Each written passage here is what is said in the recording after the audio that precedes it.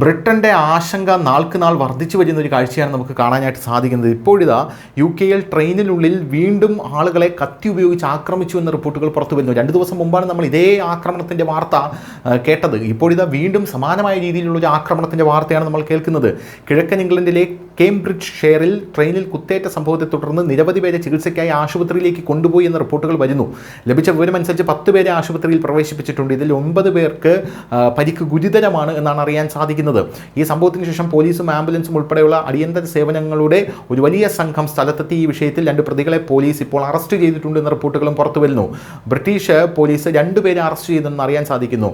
ഹണ്ടിങ്ടണിലേക്കുള്ള ട്രെയിനിൽ നിരവധി പേർ കത്തി ഉപയോഗിച്ച് ആക്രമിക്കപ്പെട്ട ഒരു സംഭവം ഞങ്ങൾ നിലവിൽ അന്വേഷിച്ചുകൊണ്ടിരിക്കുകയാണെന്നും ഇതുമായി ബന്ധപ്പെട്ട 2 പ്രതികളെ അറസ്റ്റ് ചെയ്തിട്ടുണ്ട്. നിരവധി പേർ നിലവിൽ ആശുപത്രിയിൽ ചികിത്സയിലാണ് എന്ന് British transport police social media പ്ലാറ്റ്ഫോമുകളിൽ സ്ഥിരീകരിക്കുന്ന ഒരു സാഹചര്യം ഉണ്ടായിട്ടുണ്ട്.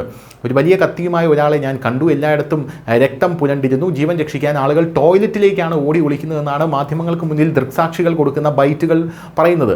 രക്ഷപ്പെടാൻ ശ്രമിച്ചുകൊണ്ട് യാത്രക്കാർ പരസ്പരം മറിഞ്ഞു വീഴുന്നു, പരസ്പരം ഇടിച്ച് താഴേക്ക് വീഴുന്നു. ഒരു സ്റ്റാമ്പീഡിൻ്റെ ഒരു പ്രതീതിയായിരുന്നു. ചിലർ ഞങ്ങൾ നിന്നെ സ്നേഹിക്കുന്നു എന്ന് വിളിച്ചു പറയുന്നു. അതായത് we love you, don't kill us എന്നാണ് പറയുന്നത്. ഞങ്ങൾ നിങ്ങളെ സ്നേഹിക്കുന്നു, നിങ്ങൾ ദയവായി ഞങ്ങളെ കൊല്ലരുത് എന്നാണ് ചില ആൾക്കാർ പറയുന്നത്. ഇതിലൂടെ തന്നെ ആക്രമികൾ ആരാണ് എന്ന് നമുക്ക് ഊഹിക്കാവുന്നതേ ഉള്ളൂ. അത് കുടിയേറ്റക്കാരോ അഭയാർത്ഥികളോ ആകാനാണ് സാധ്യത കൂടുതൽ. എന്തായാലും ദൃക്സാക്ഷി മാധ്യമങ്ങളോട് പറഞ്ഞ വാക്കുകളാണിത്.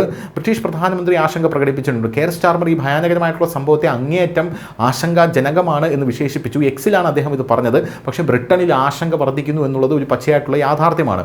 സർക്കാർ കണക്കുകൾ പ്രകാരം 2011 മുതൽ ഇംഗ്ലണ്ടിലും വെയിൽസിലും കത്തി കുറ്റകൃത്യങ്ങൾ വർദ്ധിച്ചു വരികയാണ്. ലോകത്തിലെ ഏറ്റവും കർശനമായ തോക്ക് നിയന്ത്രണ നിയമങ്ങളിൽ ചിലത് ബ്രിട്ടനിലുണ്ട്. ഇത് അതിനെ ഒരു സാധാരണ കുറ്റകൃത്യം ലക്ഷ്യമാക്കി മാറ്റുന്നു. കത്തി കുറ്റകൃത്യത്തെ ഒരു ദേശീയ പ്രതിസന്ധിയായി പ്രധാനമന്ത്രി സ്റ്റാർമർ വിശേഷിപ്പിച്ചു. അതായത് ഈ കത്തി കൊണ്ട് കുത്തി കൊല്ലുകയാണ് ഓരോ ആൾക്കാരെയും. ഇതാണ് കത്തി കുറ്റകൃത്യം എന്ന് പറയുന്നത്. അദ്ദേഹത്തിൻ്റെ ലേബൽ സർക്കാർ അതിനെ ഉപയോഗം കർശനമായി നിയന്ത്രിക്കാൻ ശ്രമിക്കുന്നുണ്ട്. ഒരു ദശാബ്ദത്തിനിടെ ഈ കത്തി കൊണ്ട് ആക്രമിച്ച് പരിക്കേറ്റ ആൾക്കാരുടെ എണ്ണം എന്ന് പറയുന്നത് വളരെ കൂടുതലാണ്. ഏകദേശം 60,000 ബ്ലേഡുകൾ പിടിച്ചെടുക്കുകയോ കീഴടങ്ങുകയോ ചെയ്തിട്ടുണ്ടെന്നാണ് ഹോം ഓഫീസ് ബുധനാഴ്ച അറിയിച്ചത്. അതായത് അത്രയ്ക്കും ഈ ആക്രമണത്തോടെ വ്യാപിച്ചു കഴിഞ്ഞു എന്നുള്ളതാണ് പ്രധാനപ്പെട്ട കാര്യം. ന്യൂസ് ഡെസ്ക് ന്യൂസിൻ്റെ മലയാളം.